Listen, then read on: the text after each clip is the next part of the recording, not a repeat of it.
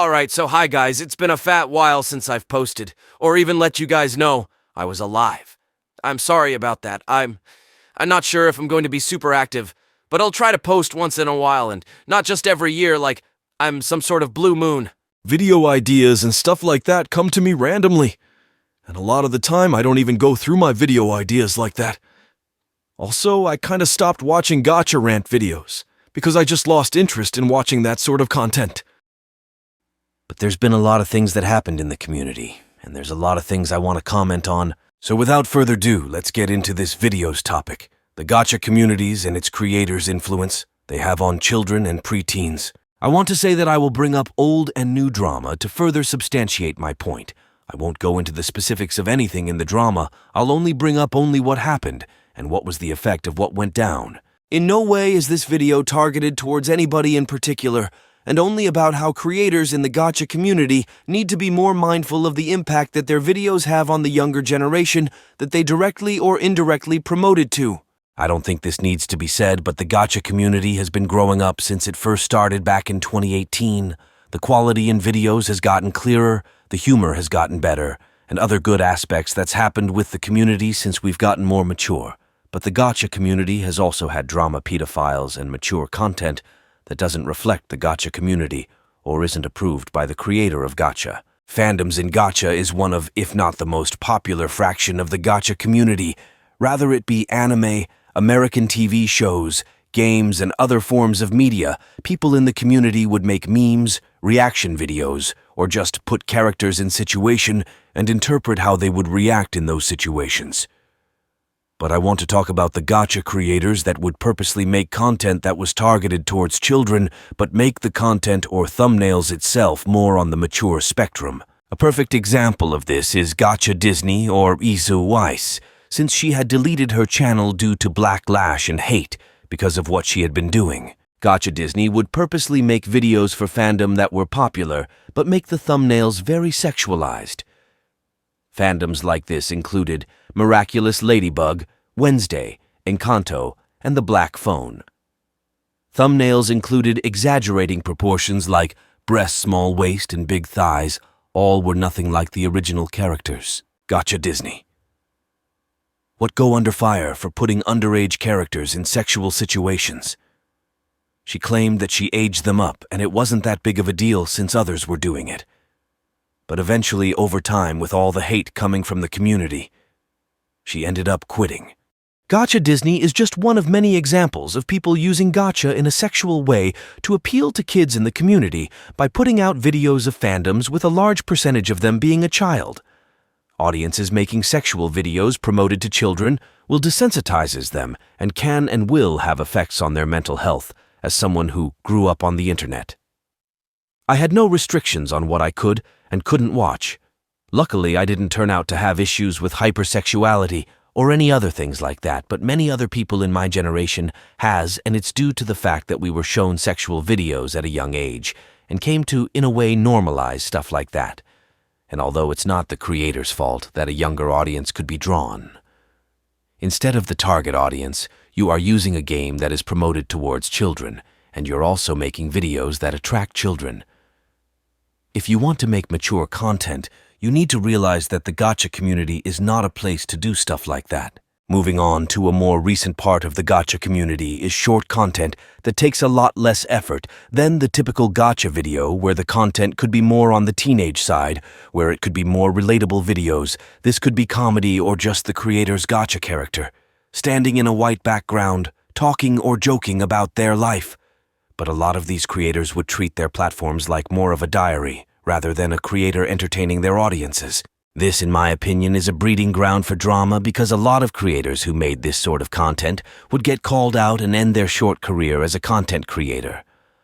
Rather it be from screenshots getting leaked, lying, doxing, and many other things you can think of. But I want to focus on one thing I've noticed with this specific type of content, and that is the amount of personal information these creators would share about triggering topics. Creators like this would vent constantly, making videos upon videos of traumatic things that happened in their life and claim it was helping them cope with what they were dealing with. But in reality, it's just mass trauma dumping that their young audiences wouldn't notice and would only pity the creators. A lot of you might think of Rix, a person who got called out numerous times and had a very problematic career in the gacha communities. But I would like to highlight a different creator since I've talked about Rix a year ago, and I don't want to talk about a person more than once, especially if it's old drama that's been covered time and time again. I want to use a creator named Twinkie as an example. Also, in no way is this some sort of call for action or me trying to start unnecessary drama. Twinkie is just a creator that I will use as an example because I've seen her behavior firsthand and I feel there is a need to talk about her. Twinkie is a lot less problematic than Rix, but they both had the same problems with venting or oversharing with their fans about personal things. One instance I can remember that happened in Twinkie's Discord server was about 1 hour before New Year's for 2023, and Twinkie sent a gun in the announcements channel before quickly deleting it. I only know about this because an old friend of mine that at the time was a mod in the server DM'd me worried about Twinkie. If I can find a screenshot of this happening, I'll put it on the screen.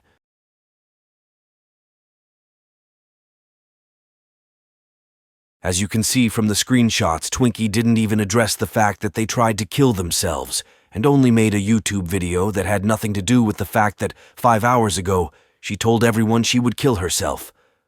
What she announced to everyone that day had them in a panic. I remember looking at the chat reading, someone saying that they were going to have a panic attack. And mind you, this was all on New Year's Day, when people were supposed to be celebrating. They were worried about if they just witnessed in real time someone kill themselves. So I decided to reach out to Twinkie to talk about what happened, and to sum up the conversation she said that she was in a really bad headspace and that when she felt well enough she would apologize for the hurt she caused her fans. At the time I believed her and thought she would actually do what she said she would, but in reality she never actually apologized for anything and is still till this day announcing to everyone in her server when bad things happen to her, and she still regularly posts vents for her child audience to see. Using your platform as a diary is nothing but harmful. Trauma dumping on your fans is not a healthy coping mechanism. If you need support, why is your first instinct editing a YouTube video for the thousands and thousands of strangers that are barely meeting the age requirement to be on Discord? Sure, you could argue that you can do whatever you want with your platform, and that is true, but it's also on you if one of your younger audience starts to pick up on your horrible habit. The gacha community is filled with children. If you do not watch what you put out, you are risking young and vulnerable minds to see your vents or whatever personal shit you decide to put on the internet. If you want to use your platform to make mature content, go right ahead. I'm not saying you can't, I'm saying it's not acceptable to use an app that is meant for children to promote your mature content. Rather, it's not your attention, or it is you using gacha can and will draw in a young audience. If you are going to make videos around something that you know is popular among young children but turn around and make it sexual, there's no excuse for that behavior. You know what you are doing.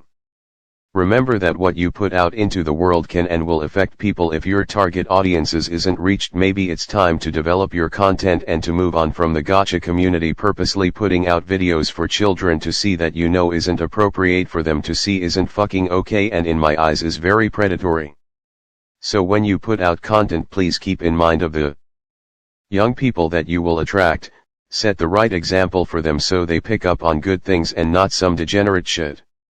Anyways, that's about it for me. I hope I was able to get my point across without sounding like a dumbass. Also, I'm sorry about the random ass voice changes that happened through this video. The website I was using kept changing the tone of the bots, and also I ran out of words for it as well, so I'm using a whole different program. Thanks for watching this video, and I'll see you next time.